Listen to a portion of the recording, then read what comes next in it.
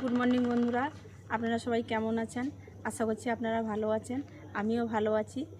আজকে আমি এইখান থেকে ব্লগটা শুরু করলাম। এখন টাইম হয়েছে সকাল 10:30।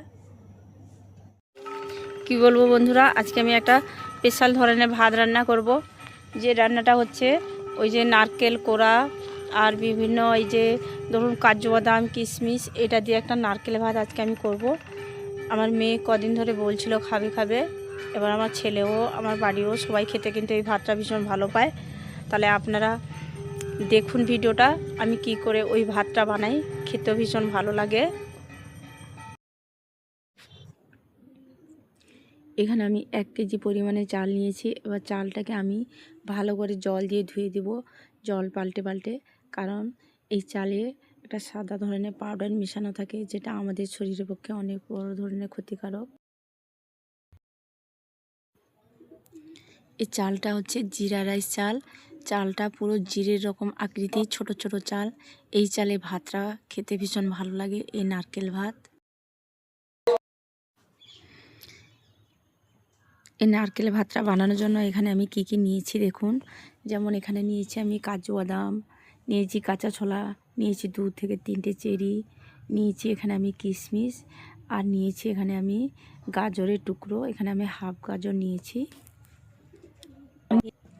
আর এখানে আমি নিয়েছি 100 গ্রামের একটা ঘি ডিবা, যে কোনো একটা ঘি নিলে হয়। এখানে আমি জিরা রাইসটা নিয়েছি কত 1 কেজি মতো। এবার 1 কেজি চালে 100 গ্রাম ঘি দিতে হয়। আর নিয়েছি এখানে আমি একটা নারকেল।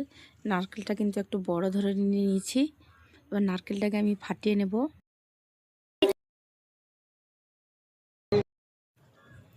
এবারে এই নারকেলে পুরো ভালো আছে, এখানে আমি একটা নারকেল নিয়েছি। আপনারা চাইলে এর পরিবর্তে 2টোও নারকেল নিতে পারেন। এবার আমি নারকেলটাকে কুড়িয়ে নেব। নারকেল কুড়াটা সব থেকে একটা বড় কঠিন কাজ মনে হয় আমার কাছে।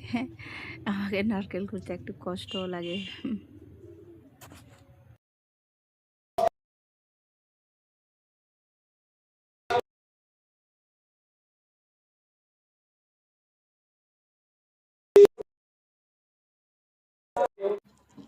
কড়াটা আমি গরম করে নিয়েছি, কড়াই দিয়ে দিব আমি ঘি। এরপরে ঘিটাকে গরম করে নেওয়ার পরে আমি কাজু বাদামটাকে একটু লাল লাল করে ভেজে নেব। কাজু বাদামটা একটু নাড়াচাড়া করে নিতে হবে, কিন্তু কম আছে কাজু বাদামটাকে ভাজতে হবে।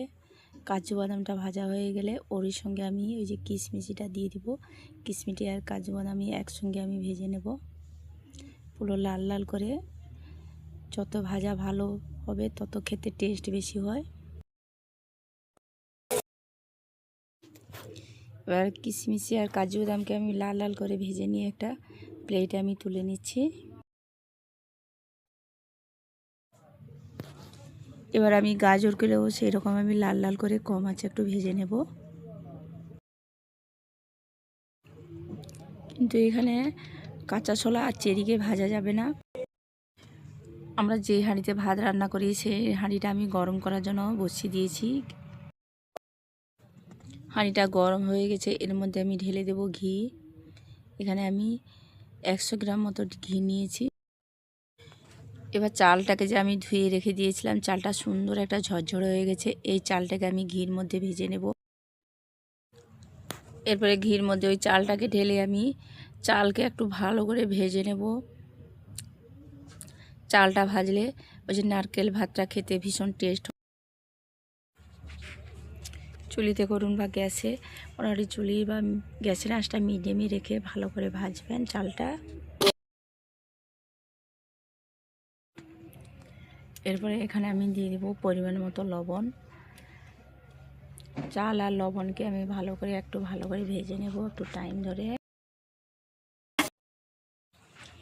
এবার চালটা নাড়তে নাড়তে কালারও চেঞ্জ হয়ে গেছে, একটু লাল লাল হয়ে গেছে। এবার আমি চালটাকে নাড়া বন্ধ করে আর একটু এখানে আমি ঘি অ্যাড করে দেব। এই গ্লাসের আমি 2 গ্লাস মতো চাল নিয়েছিলাম। এবার এই গ্লাস পরিমাণে আমি জল দেব। 1 গ্লাস, 2 গ্লাস, 2 গ্লাস চালে 3 গ্লাস জল দিয়েছি। জল দেওয়ার পরে একটু চাল আর জলকে নাড়াচাড়া করে দিব ভালোভাবে। এরপরে আমি দিয়ে দিব পরিমাণ মতো লবণ।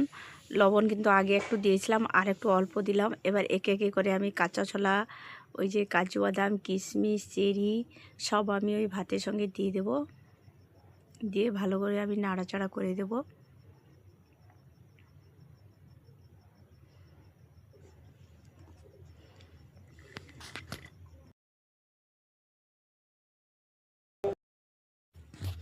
পাঁচ মিনিট পরে আমি ঠিক ঢাকনাটাকে খুললাম। ঢাকনাটাকে খোলার পরে একটুখানি ফুট আসার পরে ওই যে নারকেলটা কুড়িয়ে রেখেছিলাম, নারকেল কোড়াটা আমি দিয়ে দেবো ওই ভাতের মধ্যে। দিতে কি হয়, ভাতের টেস্টটা ভালো হয়। সঙ্গে সঙ্গে দিয়ে দিলে নারকেল ভাতটা খেতে এত টেস্ট হয় না।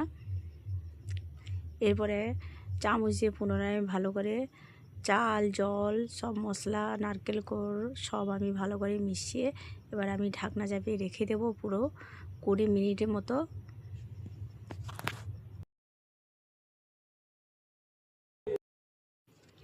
এবারে চুলির আঁচটা কিন্তু মিডিয়ামে করে দিয়েছি। এবার 20 মিনিট পরে ঢাকনা খোলার পরে আমি যে বাকি ঘিটা ছিল ওই ভাতের উপরে আমি দিয়ে দেব। দেওয়ার পরেও আমি খুব কম আঁচে 10 মিনিট মতো আমি ঢাকনা চাপিয়ে পুনরায় আবার ফুটাবো ভাতটাকে। এবার 20 মিনিট পরে আমি ঢাকনাটা খুলেছি, কিন্তু 20 মিনিট পরে দেখছি জল কিন্তু শুকনো শুকনো হয়ে গেছে। এবার এই চামচের ডাঁটির সাহায্যে আমি ভাতটাকে নাড়বো। আর চামচে নাড়া যাবে না বা খন্তাতে নাড়া যাবে না। যদি খন্তাতে নাড়েন ওই পেছন সাইড দিয়ে নাড়বেন। এবার চুলিতে বানান কি গ্যাসে বানান, আঁচটা কিন্তু পুরো কমিয়ে দিবেন।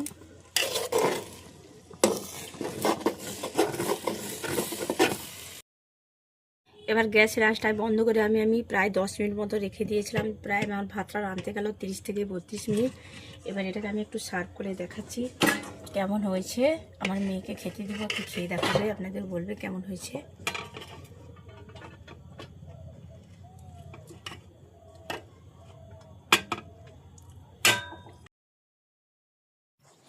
আর এর সাথে আমি বানাচ্ছি ফুলকপি আর আলুর কষা। এখানে আপনারা ডিমের ক্যারিও করতে পারেন, মাংসও করতে পারেন, কিন্তু আজকে আমি এই রেসিপিটা শেয়ার। ভাত থেকে সুন্দর একটা বাসনা বেরাচ্ছে। এবার আমি থালায় একে একে করে ভাতকে সার্ভ করছি। এবার ভাতে যেমন দেখতে পাচ্ছেন আছে কাজু বাদাম, কিশমিশ, চেরি, আপনার ওই যে ঘি। ভাতটা কিন্তু পুরো ঝরঝরে হয়েছে।